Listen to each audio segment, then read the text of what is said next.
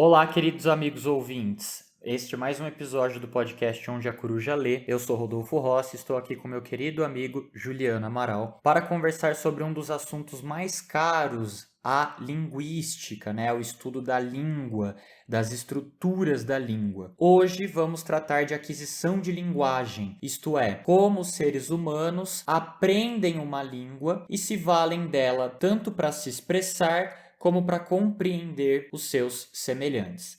Para tanto, nós escolhemos o livro Teorias de Aquisição de Linguagem, de Ronice Miller de Quadros e Ingrid Finger, pesquisadoras que publicaram a sua obra junto à editora da Universidade Federal de Santa Catarina em 2008. O objetivo das autoras é apresentar a alunos de graduação em letras e áreas afins as principais características de algumas das mais importantes abordagens teóricas que têm norteado as pesquisas em aquisição de linguagem. É a partir da aquisição de linguagem que nós, indivíduos, integramos a sociedade humana que pertencemos, pois nós nos tornamos seres ativos a partir dos mecanismos de escuta e fala, que nos permitem expressar e compreender pensamentos, sentimentos e sensações. Portanto, essa interação comunicativa é o que nos conduz à constituição do nosso próprio ser e da coletividade. Isso significa dizer que as pesquisas preocupadas em aquisição de linguagem estão, sobretudo, tratando do que é ser humano. Ju, como a obra escolhida para o nosso debate mostra essa complexidade? Muito bom dia para você, meu querido amigo Rodolfo. Muito bom dia para você, minha querida amiga, meu querido amigo ouvinte. Uau, como a gente responde essa pergunta? A questão aqui, gente, é a seguinte: eu vou contar uma historinha de bastidores para vocês. Rodolfo e eu, a gente estava tratando sobre esse texto e a gente viu como é que ele tinha informação. Ele é um texto com um mundo de informações. Como é que a gente lida com essa quantidade tão grande de informações que a gente teve no livro? E essa complexidade, essa quantidade de informações que a gente teve, que é muito alta, ela também é fruto um pouco da complexidade que é responder à pergunta: por que nós falamos?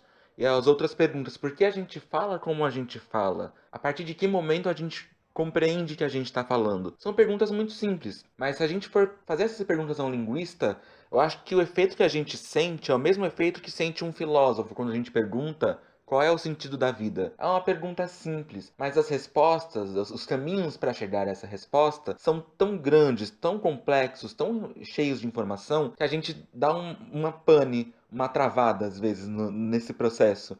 Embora seja uma pergunta simples, ela tende a um tema que é bastante complexo, né? O segredo que há por trás do processo de adquirir, de contribuir, de executar uma linguagem, né? A obra, muito embora ela sumarize esses conhecimentos científicos sobre aquisição, ela é complexa por trazer essas instruções que são muito relevantes e as quais costumam chegar a caminhos diferentes nas suas respostas. Por ser um tema complexo, ele também não interessa, é necessário que a gente pontue aqui, somente as letras. Ele vai ser um tema de interesse da psicologia, porque ele trata sobre processos internos, processos concretos externos, a comunicação no seu âmbito subjetivo. Ele é um tema que vem interessando bastante ultimamente ao próprio campo da tecnologia, a linguística computacional, a aquisição de linguagem por software e hardware, o assunto de inteligência artificial. Pode parecer simples no primeiro momento, mas o fato de que a gente tem que lidar com um universo muito vasto, que é de interesse de mais somente uma área, acaba trazendo essa complexidade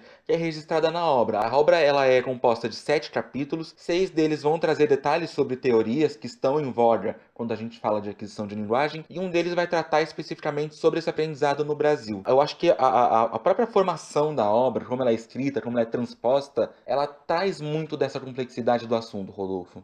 De fato, Ju, é muito interessante perceber que a aquisição de linguagem é um processo que será previsto e revisto por muitas perspectivas, né? Como você disse, a nossa obra trabalha com 6 delas, o que já é um número bastante expressivo. Essa riqueza de entendimentos, essa riqueza de leituras da aquisição de linguagem não pode ser entendida como uma batalha por este tema. Assim como todas as áreas debatidas nos meios acadêmicos, nós temos que pensar que as diferenças, elas alimentam, a perspectiva de pessoas que pensam diferente, por que não? Temos que pensar também que essa riqueza de entendimentos, ela provém de possibilidades de mudanças na percepção quanto ao tema. A gente sabe, por exemplo, que os conceitos, vamos dizer assim, da filosofia grega, como os conceitos trabalhados por Platão e Sócrates, eles são revistos até hoje, eles são debatidos até hoje. Isso significa que os conceitos estão ali colocados, mas a forma de enxergar esses conceitos muda e, portanto, a sua recepção, quer dizer, o outro lado, né, o lado da leitura, fará considerações novas, inusitadas, diferentes, promovendo o avanço da obra. Isso quer dizer que a obra é atemporal? Em certa medida, sim, mas essa temporalidade ela é sujeita a transformações, né?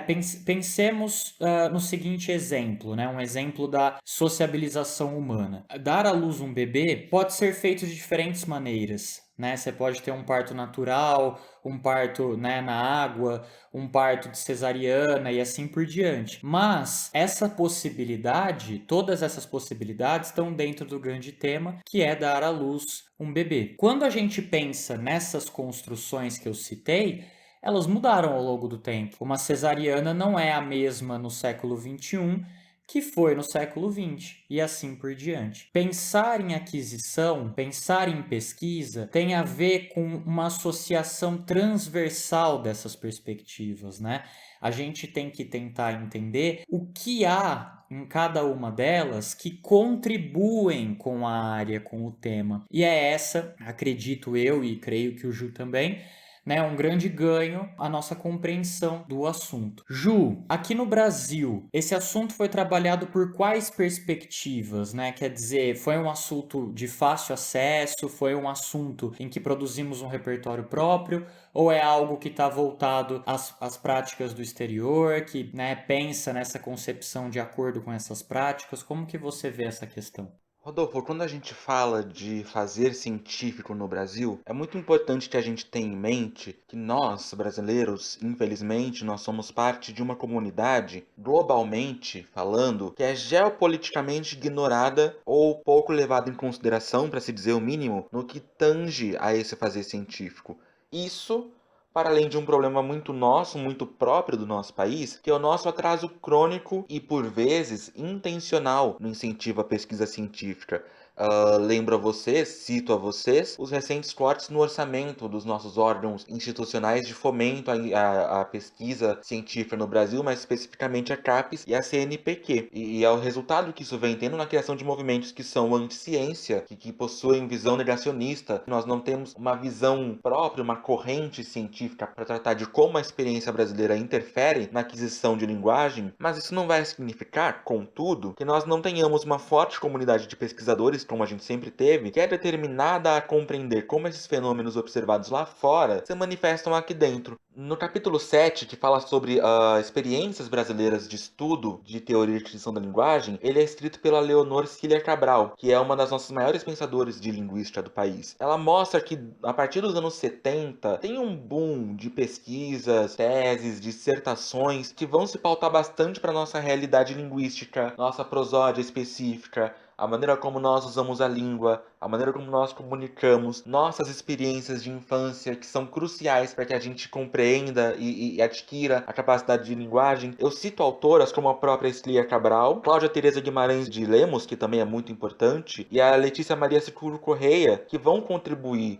nessa linha e que vão trazer uma espécie de abrasileiramento, de compreensão de como esses fenômenos vão corresponder na nossa realidade. Legal, amigo. Interessante pensar, né, nessa perspectiva da aquisição de linguagem no Brasil e para fomentar esse debate, né, para contribuir com esse debate, eu acho que a gente poderia agora também falar um pouquinho das principais vertentes, né, vamos dizer assim, das pioneiras quanto à questão da aquisição de linguagem pelo ser humano, que são muito influentes aqui no nosso país, no nosso contexto, né? Começo citando o behaviorismo, que é uma vertente da psicologia que busca compreender o comportamento animal, seja humano ou não humano. Essa vertente, ela foi, digamos, iniciada por um pesquisador norte-americano chamado John B. Watson no começo do século XX e tem como um dos seus maiores expoentes o famoso pesquisador Frederick Skinner. O behaviorismo ele vai defender o seguinte: a fim de tornar a psicologia, a percepção do comportamento humano, em uma ciência empírica, é preciso ater-se aos dados da observação e descrição do comportamento dos seres, sem pautar-se por questões sobre o funcionamento da mente ou processo interno desses seres. É muito interessante, que é um caminho completamente oposto, por exemplo, da psicanálise, que vai buscar essa profundidade. Nesse sentido, o behaviorismo vai defender que o ato de falar não significa conhecer uma língua, pois uma língua é uma abstração, mas sim aprender uma série de comportamentos, produções de sons e etc., que permitem ao indivíduo intervir nas situações cotidianas nomeadas, produzidas por meio da língua portuguesa.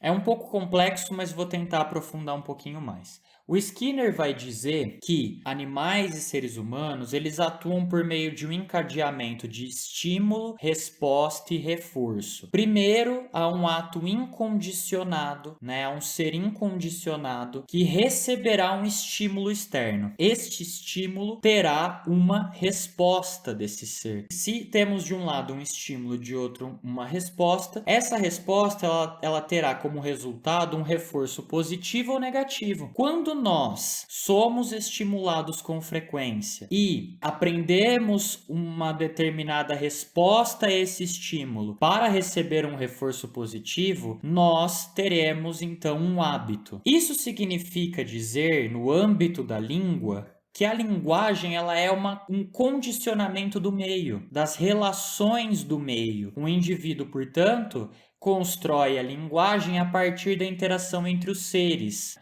Na teoria behaviorista, nós temos comportamentos verbais. Isso significa dizer, por exemplo, que quando um indivíduo produz a linguagem a fim de conquistar algo, a fim de obter algo, ele está produzindo um mando. Da mesma forma, quando ele busca nomear objetos do mundo, que são objetos não verbais, por meio de palavras, ele está tendo um tato para referir-se àquilo e significar aquilo. Então, nesta teoria, a aquisição de linguagem é fruto da convivência. Os indivíduos, portanto, vão reger essa convivência. Se os indivíduos falam pouco ou dão reforços negativos ao diálogo, quer dizer, não aceitam o diálogo tão bem, a criança vai ter um desenvolvimento de linguagem até certo ponto. Então, isso significa dizer, na perspectiva behaviorista, que a criança, quando ela aprende a linguagem, ela é uma tábula rasa. Ela não possui conhecimento prévio do mundo e só aprende sobre o mundo quando alguém ensina,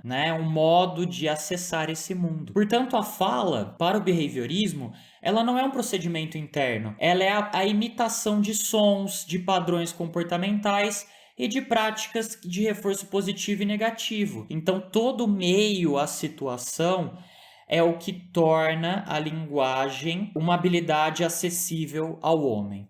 Ju, você poderia trabalhar com a gente mais uma dessas teorias para que a gente possa entender um pouquinho mais da aquisição de linguagem? Não, claro, claro. Uma das que mais me interessou quando a gente fez a leitura do livro foi a teoria gerativista. Ela tem uma profunda inspiração cartesiana. Ela começou a ser fundamentada, a teoria gerativa, lá nos anos 50, no finalzinho dos anos 50, em estudos do linguista estadunidense, um dos mais famosos linguistas estadunidenses, Noam Chomsky. O amigo ouvinte já deve ter percebido que ouviu esse nome em algum momento nos noticiários políticos, No caso, Noam Chomsky, o comentarista político, filósofo, sociólogo. Grata surpresa, o Noam Chomsky, linguista, e o Noam Chomsky, filósofo, são a mesma pessoa. É um caso de Chaves e Chapolin da produção científica mundial. Ele postula, no final dos anos 50, uma crítica à visão behaviorista de que a linguagem seria adquirida pela relação estímulo, resposta e reforço. Desse jeito, a capacidade de comunicação verbal, seja ela escrita, seja ela falada, seja ela sinalizada, ela deixa de ser vista como um produto desse trio, o estímulo, a resposta e o reforço, e passa a ser compreendida como um produto de uma faculdade humana. E segundo Chomsky, essa é a parte mais interessante. Essa faculdade humana é inata. Significa dizer que, na teoria de Noam Chomsky, nós nascemos programados para comunicação, sendo dotados de mecanismos cerebrais ou mentais que conduzem à habilidade de comunicação verbal. Segundo Noam Chomsky, aqui é interessante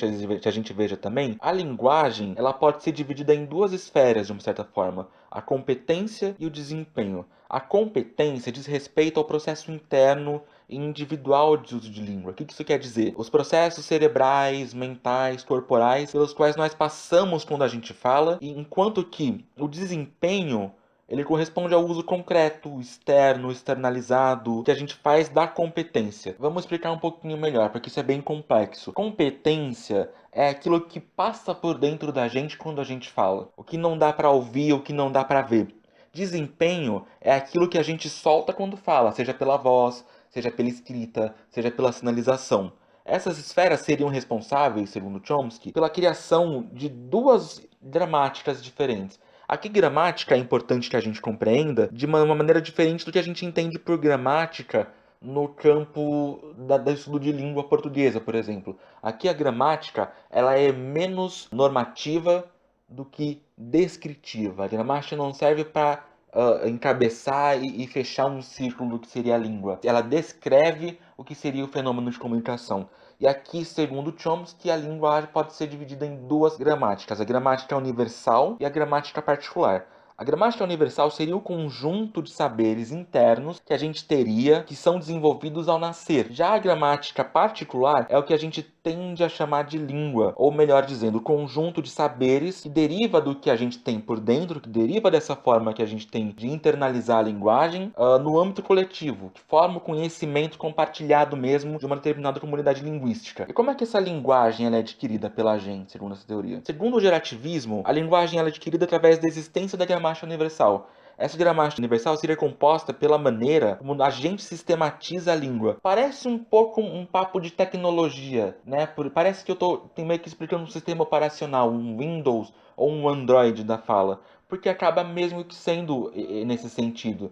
Seria uma espécie de predisposição inata carregada na gente, carregada nas nossas atividades mentais e cerebrais, que daria esse start para que a gente comece a falar. Se no behaviorismo o ambiente era crucial no processo de aquisição do hábito linguístico, já na teoria gerativa, o ambiente possui esse papel de que a criança ela tenha noção de que há algo dentro dela. É bem estranho, mas eu explico melhor. Segundo Chomsky, quando a gente é exposto a sons, sinais, a palavras do ambiente, quando a gente é criança, nós somos capazes de acessar o processo de criação de vocábulos e de hábitos comunicativos. Percebam a diferença, nós somos capazes de acessar, não generalizar. Diferentemente do que se acredita em outras linhas de pensamento, a gente nasce sabendo aquilo e quando a gente é exposto a esse ambiente, a gente descobre que a gente nasce sabendo. Isso explicaria, por exemplo, exemplos que o próprio Chomsky dá na sua teoria, que é quando crianças acabam gerando determinados termos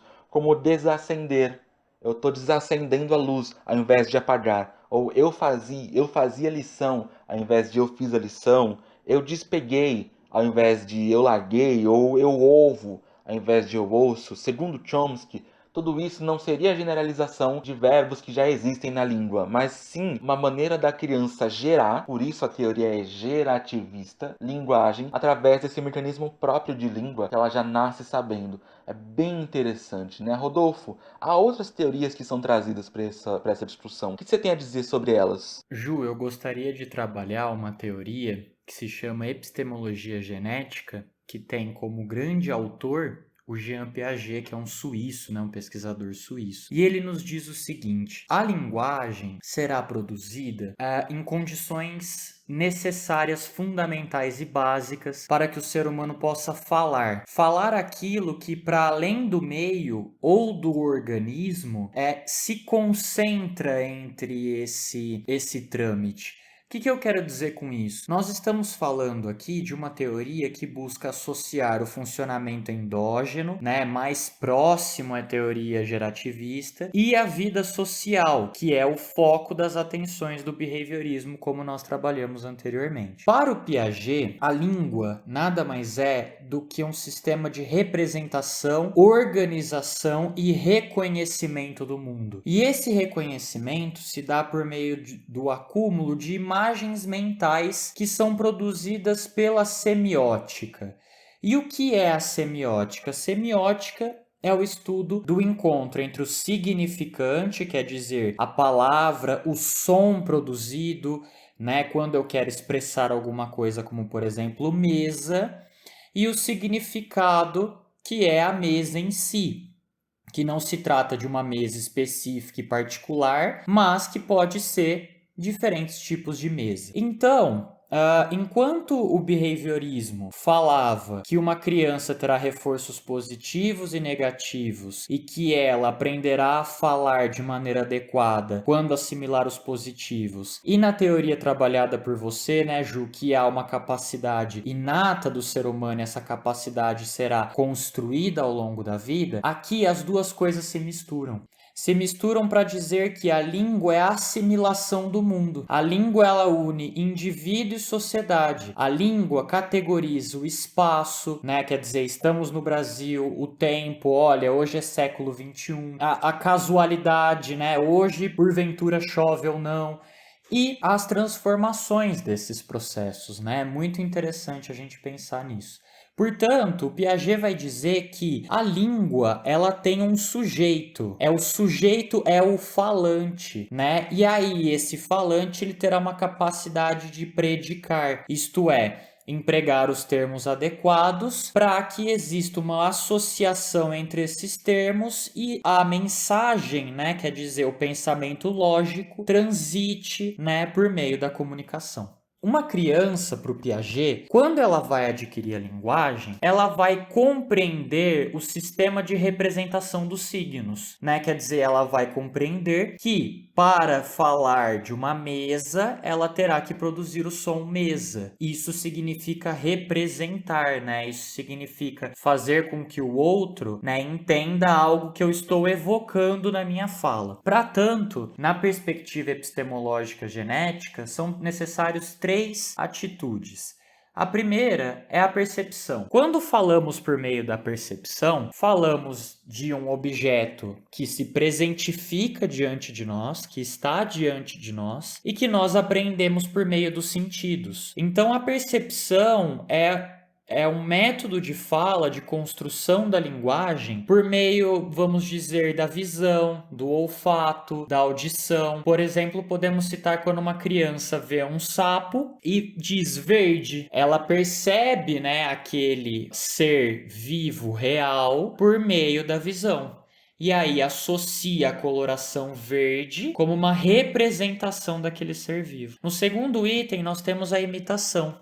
A imitação é quando repetimos de modo motor, gestual ou produzindo um som ou um desenho que tem a ver com aquilo, como por exemplo o pocotó do cavalo. Quando dizemos pocotó, pocotó, pocotó, né, uma onomatopeia, nós estamos de certa forma promovendo uma imitação de como o cavalo cavalga. Isso é muito interessante, né? Quer dizer, estamos sempre fazendo associação entre o signo, né, o seu lado significante, seja a produção de um som, como pocotó, com aquilo que gostaríamos de categorizar no mundo, né, que é o cavalgar. A imitação, portanto, é o segundo item. E o terceiro, por fim, é a produção da imagem mental, que é uma reprodução mentalizada, é um conhecimento prévio e próprio do falante. Vocês se lembram que há pouco eu disse que a mesa, né, o significado mesa, ela não é uma mesa real, empírica, única, né? Ela é o quê? Ela é uma associação que cada indivíduo faz com a ideia de mesa. Quando eu penso em mesa, eu penso em uma mesa vermelha. Muitos vão pensar em uma mesa marrom, uma mesa preta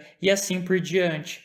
Então a imagem mental, ela vai produzir os acúmulos da experiência. E aí nós acessaremos essas imagens mentais para produzir, né, o nosso conhecimento, a nossa percepção de itens que não estão na nossa presença, como no caso da percepção, né? Então é muito legal pensar aqui para o Piaget, na teoria da epistemologia genética, a língua é um sistema de significação e o indivíduo, com a sua forma de conceber o mundo, irá se associar ao mundo e assimilar a forma deste mundo, né, o modo de existir deste mundo, para representá-lo.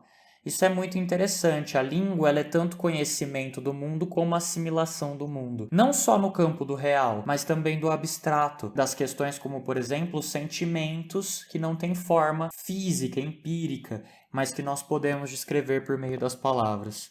Amigo, pensando nas questões que nós discutimos aqui, qual que agrada mais você? Qual que te chama mais atenção no sentido de te ensina coisas interessantes?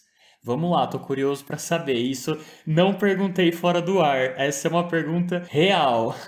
Eu acho que o amigo ouvinte já deve ter percebido ao longo desses episódios que o Rodolfo ele adora me meter em algumas enrascadas teóricas, né? Mas vamos lá. Eu vou ter que ficar em cima do muro no que diz respeito às teorias, porque eu gosto bastante de pontos específicos, de duas em especial. Eu gosto bastante da ideia da construção de conhecimento, da epistemologia genética, mais precisamente da construção de linguagem, via percepção, via imitação, via associação. Acho que isso é algo que me faz muito sentido. Mas também não me deixa de fazer sentido a ênfase nas condições prescindíveis para que a gente possa adquirir essa capacidade de comunicação. Como também me faz muito sentido a visão quase que computacional do gerativismo, como se o cérebro fosse uma CPU e a nossa capacidade comunicacional fosse uma espécie de Windows, de Android, de Linux que atua dentro da nossa cabeça, porque ela abarca a ideia de que a gente dispõe de conhecimento prévio para o aprendizado da língua. E para mim, isso me interessa muito, porque a linguagem ela é um objeto tão complexo da nossa realidade, a gente consegue atingir tantos pontos internos, externos, compreender a nossa subjetividade, compreender a subjetividade alheia, direcionamento espacial. E para mim, eu acho que eu concordo bastante com o Chomsky nesse sentido. Um objeto tão complexo como esse, como a linguagem, eu acho que a gente não vem para o mundo como uma tabula rasa. Eu acho que a gente tem algo dentro da gente que mostra pra gente como a gente aprende a ler. E você, amigo? Ah, legal. Vamos dividir então a questão. Eu gosto também bastante, né, dessas considerações em relação à gerativista, porque ela pensa nessa concepção do ser humano apto a falar, né? Isso é inovador. Mas me chama muita atenção a epistemologia genética, porque ela contribui decisivamente para que nós possamos produzir diagnósticos de fala. O que eu quero dizer com isso? Quando uma criança, né, está desenvolvendo as suas habilidades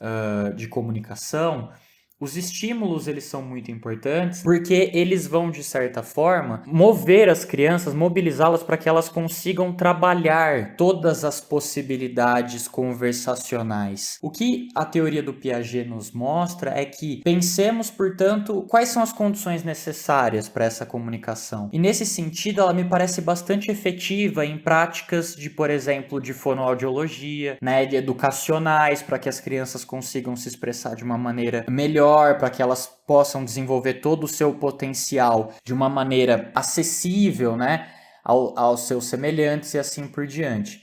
Então, acho que a que me balança um pouquinho mais é esta pelas possibilidades práticas, vamos dizer. Certo, eu gostei bastante quando você disse, Rodolfo, sobre a maneira como, de certo ponto, a epistemologia genética, ela conversa com o behaviorismo. Essa palavra conversar, ela basicamente resume o que a gente tentou discutir, como as teorias, elas têm pontos de divergência, alguns muito fortes, muito visíveis e não deixam de ser apontados pelos teóricos, mas a partir do momento em que elas se encontram e elas se conversam, esse diálogo não é negado. Uma teoria, ela não nega a existência da outra. Ela abre um leque de múltiplas possibilidades que se dialogam para que a gente consiga entender esse fenômeno tão simples para o nosso dia a dia, mas tão complexo para a nossa vida, que é a linguagem. Isso eu acho que é a parte mais interessante de tudo. Eu acho que isso é o fazer científico posto de fato. E a você, meu querido amigo ouvinte, a gente tem alguns recadinhos para dar. Primeiramente, a gente te agradecer a todos vocês pela presença não só neste episódio, mas com os 7 episódios que a gente produziu durante o ano. E a gente tem que dizer que a gente vai entrar em férias a partir de agora. A gente volta, mais precisamente, no dia 18 de janeiro de 2022. É só o tempo de Rodolfo e eu comemos aquele panetone, aquela tacinha de espumante de fim de ano, coisa típica do final de ano. Eu agradeço a vocês, eu agradeço a você, Rodolfo, por ter me trazido para essa caminhada. Eu acho que é muito importante o que a gente está fazendo aqui, e eu não me vejo fazendo algo nesse nível se não fosse com uma pessoa com a sua capacidade, com a sua qualidade. A você, meu querido amigo ouvinte, muita paz, muita saúde, muita energia, muito sucesso para 2022, e lá a gente se vê. Espero que sejamos bem, espero que sejamos juntos. Até!